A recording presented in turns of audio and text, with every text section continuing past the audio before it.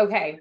And you mentioned Westchester County being one of the most expensive areas of New York. So what does that actually look like? So let's talk a little bit more about entry level type housing and what someone could expect there. Well, I don't think you can get anything even somewhat decent in Westchester for under 500,000. So that Okay. would be the bare end house for five, and even at that, it'd be a 13 to 1500 square foot house that needs work. Okay. So even just a 1500 square foot house that's more renovated would be 650. Okay.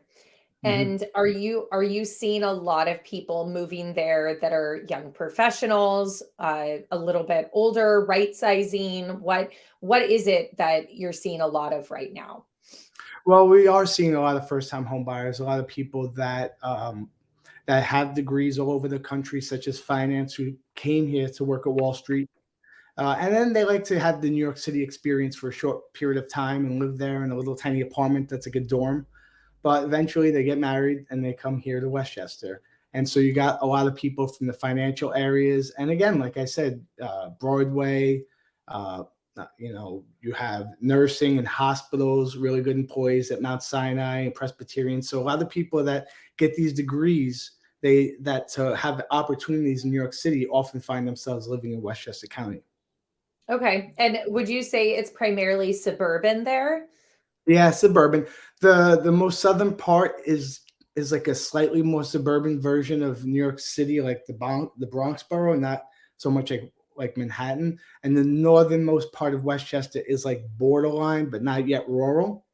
So the Okay. majority of it is suburban. It just gets a little bit more space as you go north, where you would have like 100 by 100 lot in southern Westchester to a half acre of property in northern Westchester.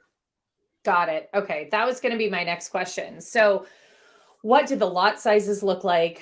Do you have a lot of condos and townhomes as well? Is it primarily single families? What can people expect there? Well, it's very different in different areas, and that's a great question. You have areas where they live like New York City, where they're completely city-like, independent, big buildings, a lot of commercial real estate. And then in those areas, you'll find more buildings and co-ops and condos. And then you'll find areas where the population's much less, and you can find yourself with a half acre or an acre of land, depending on it.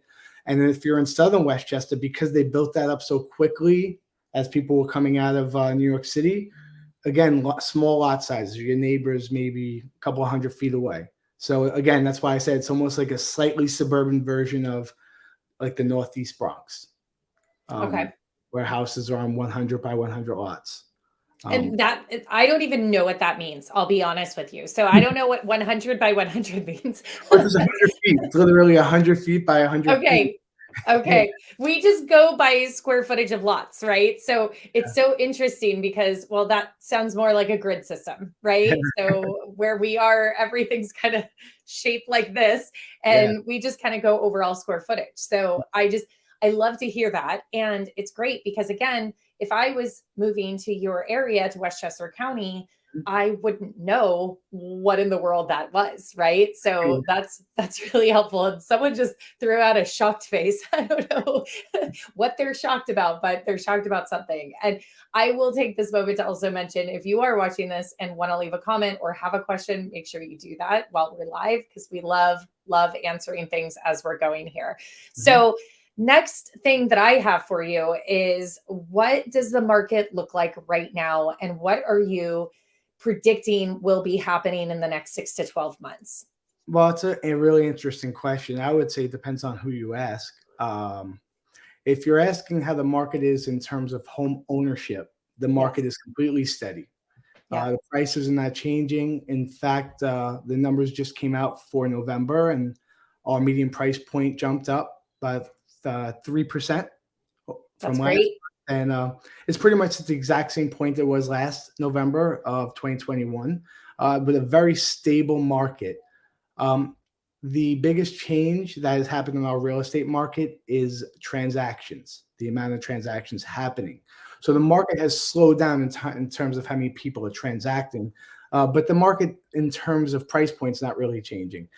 And buyers, as as you would never think that interest rates would affect them, there's less buyer remorse now, and people feel under less pressure and feel like they could find a house that they actually truly have, like, as opposed to settle in 2021. So you have a stable market. You obviously have higher interest rates, and that's going to affect buyers. But because of low inventory, the houses are remaining stable. That's great. That sounds like the dream market that anybody wants, right? I mean, it's stable for buyers, but at the same time, sellers are still getting a good amount of equity out of their homes.